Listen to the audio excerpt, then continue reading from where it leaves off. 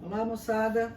A gente está aqui para conversar na frente 3, nas aulas 25 e 26, que falam sobre sequências numéricas. O nosso objetivo é estudar duas progressões importantes, que são a progressão aritmética e a progressão geométrica, mas a gente tem uma aula introdutória para falar sobre as sequências no geral, a sua preservação, a soma dos termos, e é isso que a gente vai fazer aqui. Muito bem.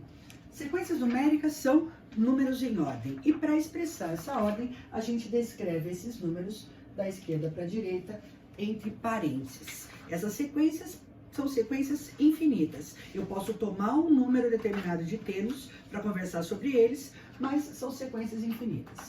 Muito bem, eu vou descrever os termos da minha sequência da esquerda para a direita. Então eu tenho o A1, A2, A3, que são, respectivamente, o primeiro termo, o segundo termo, o terceiro termo e assim sucessivamente. Eu tenho um AN mais 1, um AN mais 2. Esse AN, ele é o enésimo termo dessa sequência ou simplesmente termo genérico ou termo geral. E N é o índice do termo, que é sempre um número natural, diferente de zero, que ele atribui a posição do termo na sequência. Se refere à posição do termo na sequência. Eu posso ter uma sequência de números, e aí eu peço para você qual é o próximo naquela sequência, ou se não, eu posso te dar uma sequência mediante uma lei de formação. Essa lei de formação, ela pode ser descrita de duas formas diferentes. Ou na forma interativa ou na forma recursiva. Na forma interativa, o que você percebe aqui?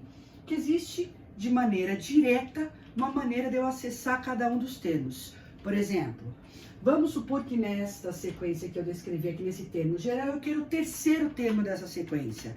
Para eu determinar o terceiro termo, basta que eu faça n igual a 3. Substitua na minha expressão e pronto. O terceiro termo vale, por exemplo, aqui, 14. Por outro lado, a minha lei de formação pode ser dada de maneira recursiva, quer dizer, para eu calcular cada um dos termos, eu tenho que recorrer ao termo anterior. Então, eu sempre tenho um ponto de partida, e aí eu tenho aqui a minha expressão genérica. Eu vou descrever a conta aqui em cima, ó, nesse segundo exemplo. O que eu disse aqui para você? Que quando N, o índice vale 1, quer dizer, o primeiro termo vale 1, a partir dele eu quero chegar no terceiro termo. Como é que você faz para calcular o terceiro termo? É só fazer aqui N igual a 3. Quando você faz isso, você descreve que o terceiro termo é o segundo termo ao quadrado menos 1, segundo a lei que está descrita aqui. Então, o terceiro termo depende do segundo. Então, eu vou lá e calculo o segundo termo. Então, substituo N igual a 2 na minha lei geral. Então, o A2 é o A2 menos 1, 1 ao quadrado, menos 1. Ou seja, ó, a partir do primeiro termo que foi dado aqui, eu consigo determinar os outros termos. Então, fazendo os meus cálculos, eu descubro que o terceiro termo vale menos 1. Ok? Então, essas são as duas maneiras mais gerais de apresentação dos termos de uma sequência. E, finalmente, a gente também costuma se referir à soma dos n primeiros termos dessa sequência, que a gente chama de SN. Então, o que você tem nessa ideia aqui?